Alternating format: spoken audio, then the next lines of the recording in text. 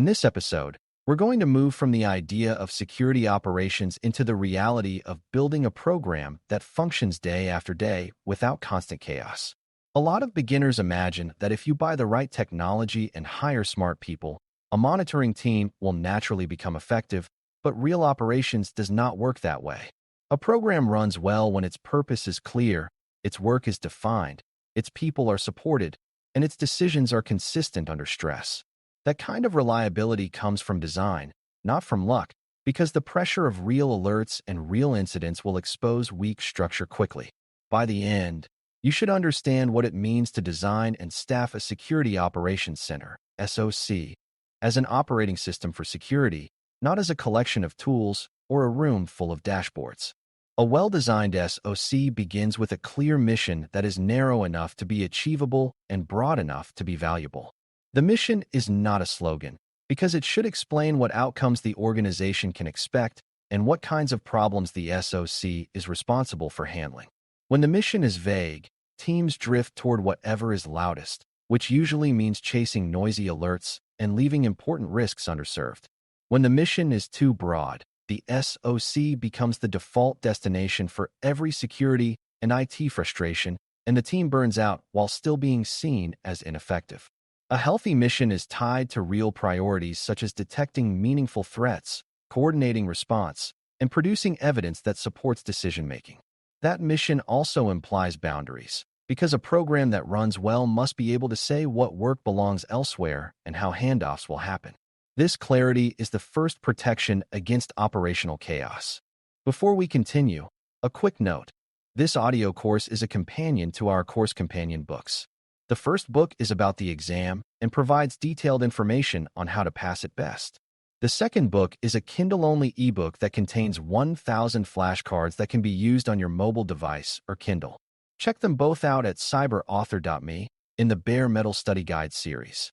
From that mission, the next design step is turning expectations into services that describe the work in a way both leadership and operators can understand. A service is a repeatable capability with a predictable output, such as alert triage, incident coordination, threat-focused monitoring, or reporting on security health and trends.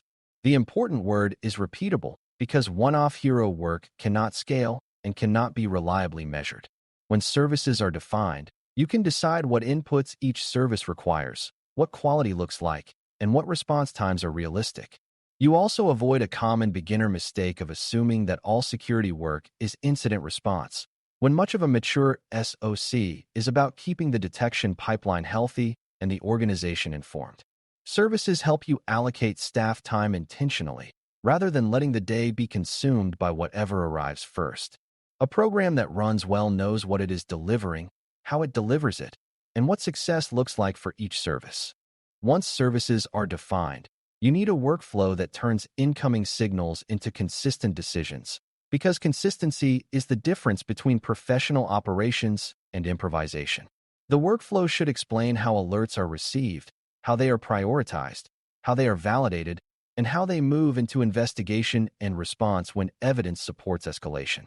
This does not require rigid scripts for every scenario, but it does require shared checkpoints that prevent predictable errors like jumping to containment without validation or ignoring early signs because they do not look dramatic. A healthy workflow also includes documentation habits, because operations that cannot record what happened cannot learn from it, and learning is what keeps the program improving. Documentation is not busy work when it is designed well, because it preserves context across shifts and allows leaders to evaluate decisions with evidence. When the workflow is clear, new staff become productive faster, and experienced staff spend less time debating basics. That is how a SOC develops steadiness under pressure. A key design principle is that prioritization must be built into the system rather than left to individual judgment in the moment.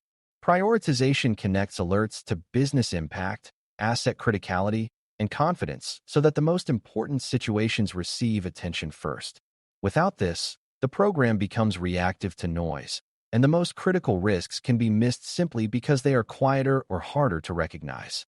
A good design includes a consistent way to label what is most important, such as identifying which services and data stores are mission-critical and which identities have high leverage.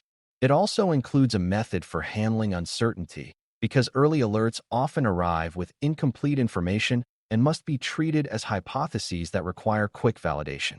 When prioritization is consistent, staffing becomes more effective because the team is not constantly switching focus or fighting over what matters.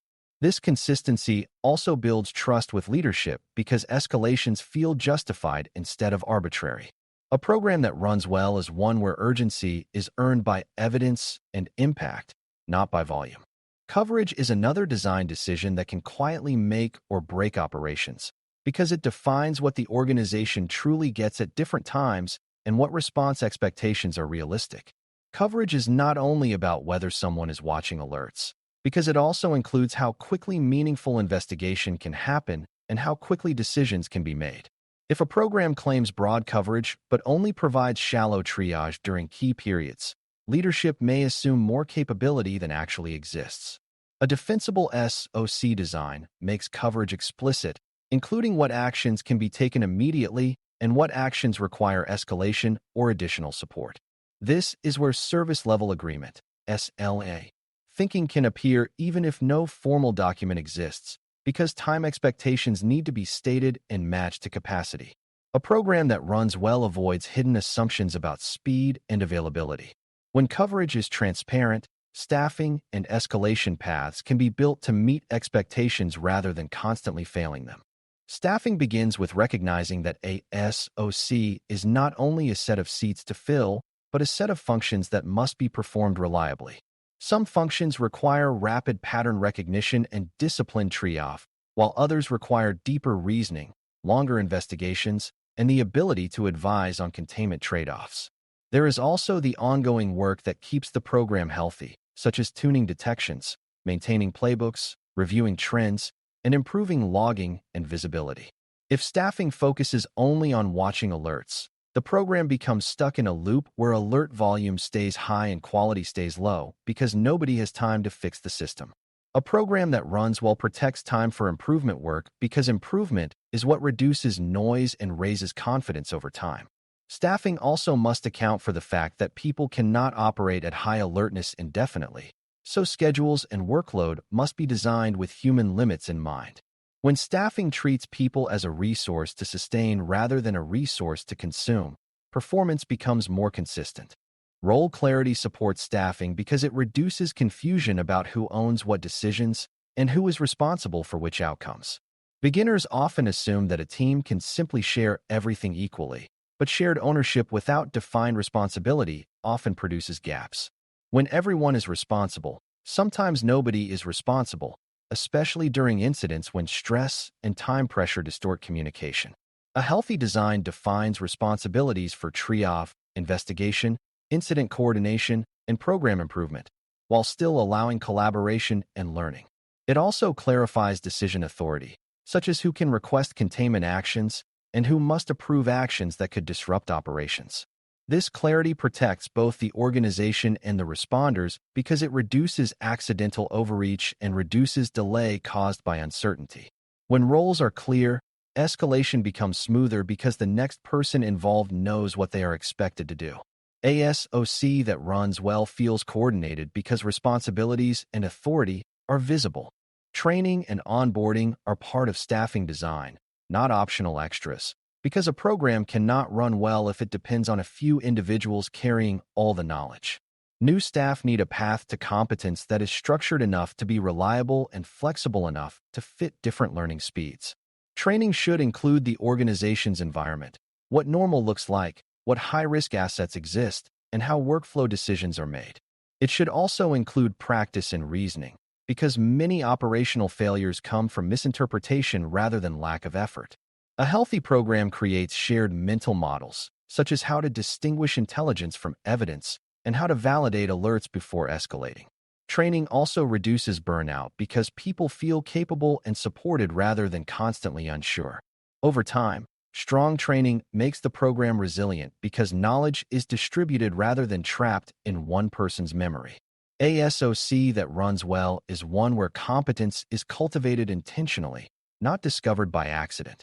Another design element that separates reliable operations from fragile operations is how the SOC handles handoffs and continuity across time.